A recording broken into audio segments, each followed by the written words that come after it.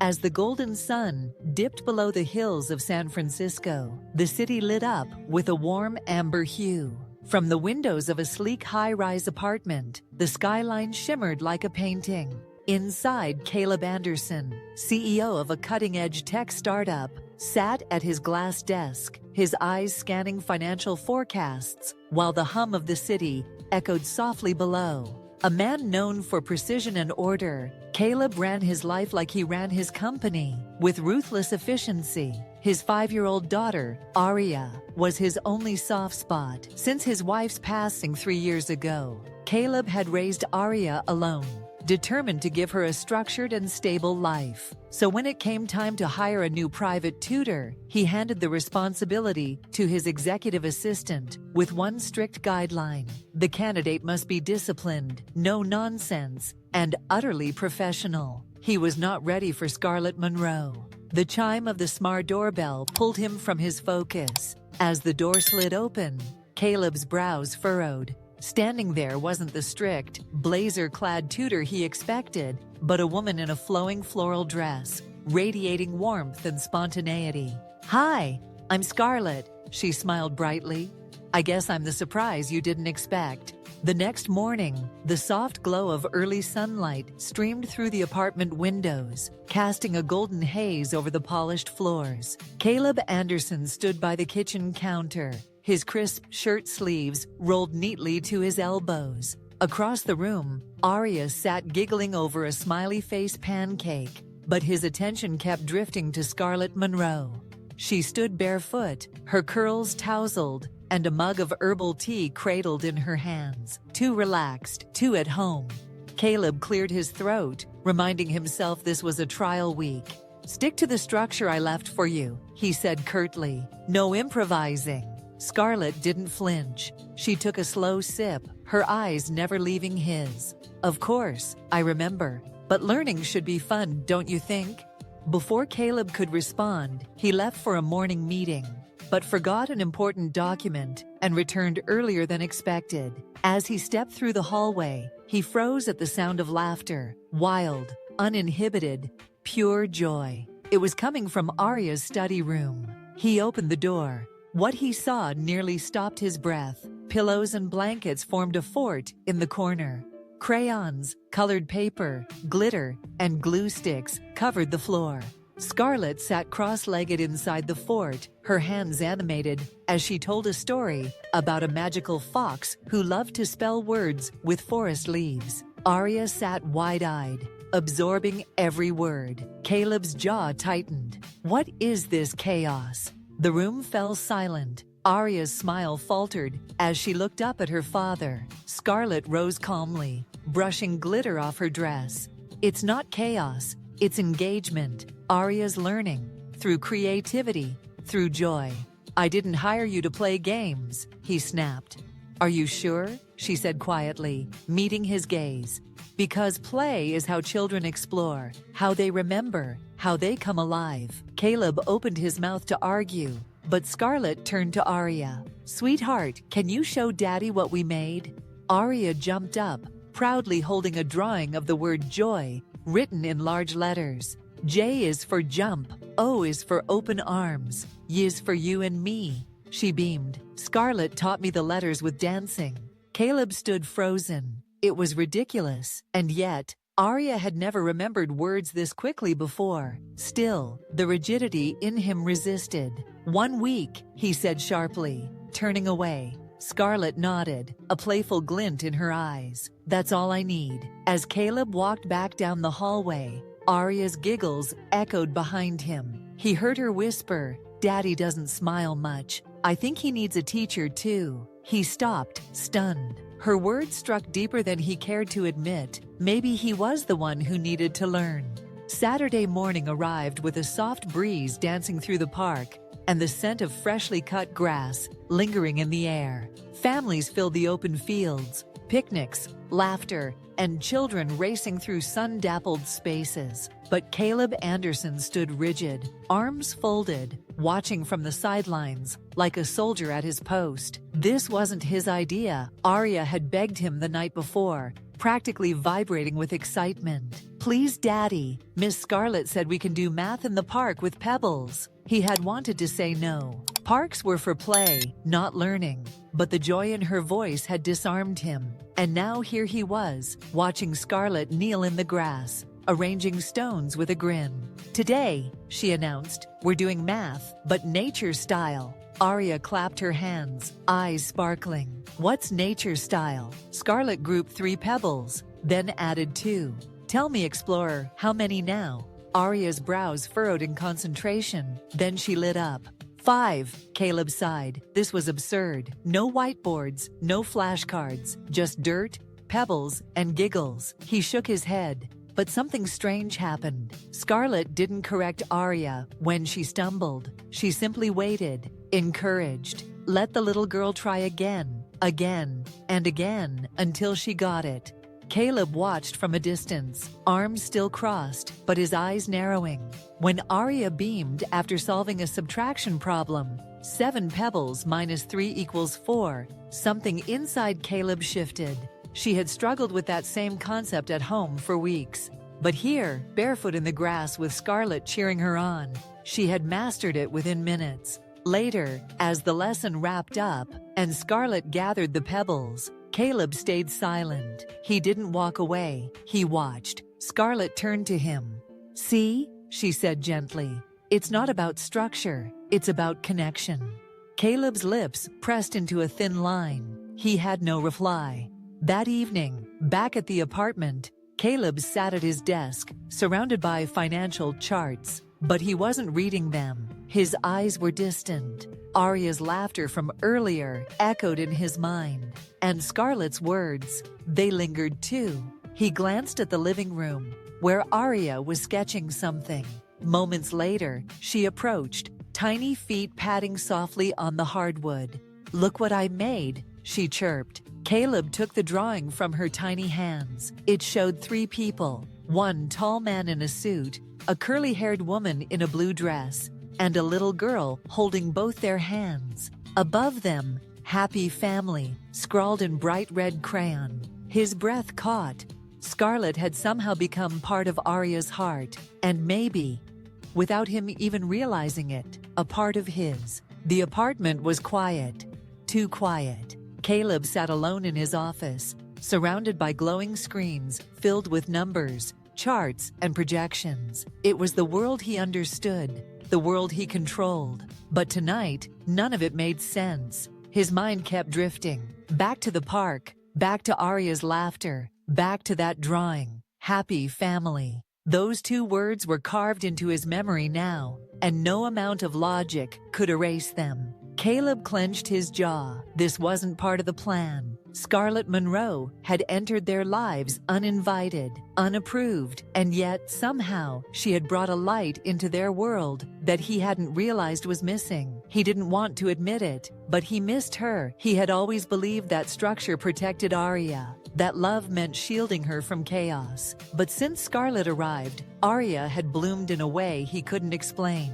She smiled more, spoke louder, asked deeper questions. Her joy wasn't just brighter, it was freer, and that terrified Caleb. He tried to retreat into his old patterns, ignored the emptiness in the hallway, where Scarlet used to wait with tea and a smirk, ignored the silence at dinner, where once Aria would chatter endlessly about pebbles and pillow forts. But one night shattered all his defenses. It was past 2 a.m. when he heard the faint sound, a cough, followed by a soft, fevered whimper. He rushed to Aria's room, heart pounding. She lay curled beneath the blankets, her face flushed, her breathing shallow. He reached out, her skin was burning. "Daddy," she mumbled weakly. "Miss Scarlet." The name broke him. Caleb tried. He brought her water, but too hot. Tried using the thermometer, but fumbled, knocking it off the table. She needed more than his structure. She needed comfort. And Caleb Anderson, for all his power and success, realized he didn't know how to give it. His hand trembled as he reached for his phone. He stared at Scarlett's name. He shouldn't call her. She was just a tutor. But Aria was sick, and she was asking for her. That was all that mattered. With a breath that felt like surrender, he pressed, "Call." Scarlett picked up on the second ring. Her voice was groggy, but instantly alert. "Caleb, is everything okay?" He hesitated. Then, with a rasp, he whispered, "Arya's sick. She's asking for you." There was no pause. "I'm coming." 15 minutes later, she burst through the door in an oversized sweater and messy hair, eyes wide with concern. She didn't waste a second. She rushed to Arya, soothing her, cooling her forehead with gentle hands, humming a lullaby that somehow, miraculously, calmed everything.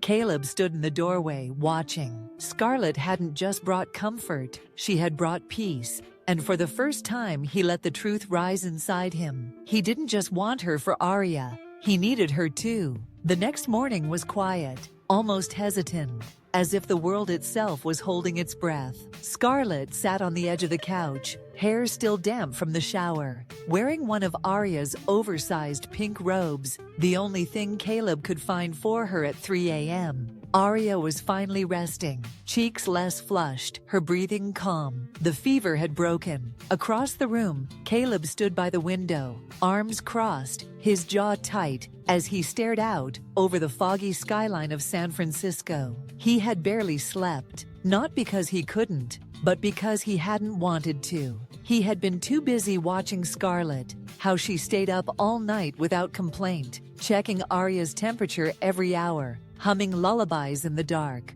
and she never once asked why he had pushed her away. Now, as the sunlight began to creep through the windows, Caleb turned toward her. "You didn't have to come," he said quietly. Scarlett looked up, her voice soft but certain. "I did." He studied her, the way her eyes held no resentment, no blame, only warmth. She didn't come for recognition. She came for Arya. And maybe, in some quiet way, she came for him too. Caleb cleared his throat. "I've been difficult." Scarlett gave him a tired smile. "You've been protective." That's a generous word. She stood slowly and walked toward him. Not too close, but close enough that he could feel the weight of her presence. "I know what it's like to lose someone," she said gently. "It makes you want to build walls so high no one can get through them." Caleb looked down at his hands, clenched at his sides. "But sometimes," she continued, "the walls don't just keep pain out. They keep joy out too." He inhaled sharply, his chest tight. "What if I don't know how to do this? How to let someone in again?" Scarlett tilted her head, her voice no louder than a whisper. "Then maybe we figure it out together." The silence between them shifted, no longer cold, just fragile, uncertain, but filled with possibility. Arya stirred, her small voice calling out groggily, "Miss Scarlett." Scarlett turned instantly, kneeling beside the couch. "I'm here, sweetheart." Caleb watched them, his daughter's tiny hand reaching for Scarlett's, their fingers entwined, like they had always belonged together. It hit him then, not like a dramatic crash, but like a quiet truth settling deep into his bones. He didn't just want Scarlett in their lives for the short term. He wanted to give them, a real chance. So he spoke the words that scared him most. "Will you stay?" Scarlett looked up at him, eyes wide, unsure if she'd heard him right. "I mean it," he said, voice steady now. "Not just for today. I'm not asking for forever. I'm asking for a beginning." A long pause, then slowly, she nodded. A small beginning, but it was real. A week later, everything felt different. It wasn't dramatic. There were no fireworks, just stillness, calm. Caleb no longer woke him up with a rigid routine. Instead, he found himself lingering in the kitchen, watching Scarlett hum softly while preparing breakfast, or quietly sipping coffee beside him on the balcony, wrapped in a blanket. She didn't invade his space. She simply existed within it, as if she had always belonged. And Arya, she bloomed. Her drawings were everywhere, bright, chaotic, beautiful. The apartment no longer echoed with silence, but rang with stories, laughter, and spontaneous dance parties at 6 p.m. Scarlett taught her through music, play, questions. But more than that, she listened. Something Caleb never realized Arya needed so much. One evening, while cleaning up a trail of glitter and storybooks, Caleb paused at the doorway and watched them. Scarlett and Arya twirling in the living room to the sound of an old jazz record. It was chaotic, messy, unplanned, and it was perfect. That night, Caleb sat on the edge of Arya's bed as she drifted to sleep, one tiny hand clinging to his finger. "Daddy," she whispered, eyes fluttering. "You laugh more now." He froze. Arya continued, barely audible. "Miss Scarlett makes you happy, huh?" He didn't answer, but the truth was burning behind his silence. Later, as he sat alone on the couch, Scarlett joined him, holding 2 mugs of hot chocolate. She handed him one without saying a word. No expectations, no demands, just presence. Caleb stared into the cup for a long moment before speaking. "I didn't know how empty I'd become until you showed up." Scarlett didn't reply right away. Then she leaned back, voice gentle. "You were never empty, just closed off." He nodded slowly. "I've spent so long thinking love had to look a certain way. Structured, safe, predictable." She turned her head toward him, curious. "And now?" He exhaled, a small laugh escaping. "Now I think it's supposed to surprise you." Scarlett smiled, but didn't rush in with affirmations or declarations. She simply reached out and rested her hand over his. No words were needed.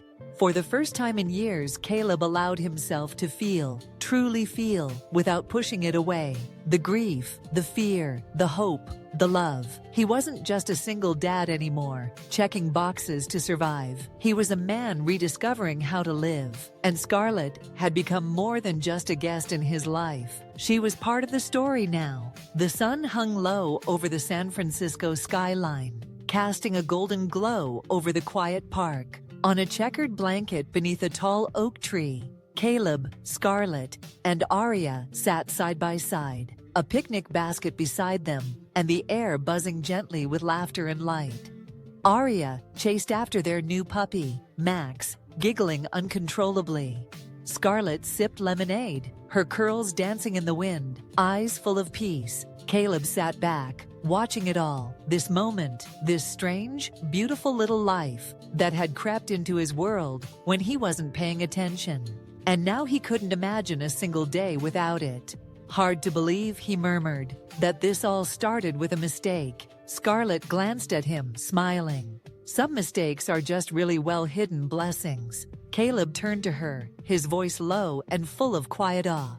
"You changed everything, without trying to." Scarlett didn't answer right away. She simply reached out, intertwining her fingers with his. There was no grand speech, no promises written in stars, just a soft breeze, a shared silence, and the warmth of 2 hands finding each other. And in that stillness, Caleb finally understood. Happiness wasn't something you planned, it was something you allowed. He had spent so long resisting it, guarding, controlling, protecting. But the moment he let go, the moment he allowed someone in, everything changed. Not perfectly, not instantly, but truly. And as Arya ran back toward them, holding Max in her arms and laughing like joy itself, Caleb smiled, not because everything was easy now, but because everything was real. And real, he'd come to learn, was all he'd ever truly wanted. Sometimes, life doesn't give us what we ask for. It gives us what we need.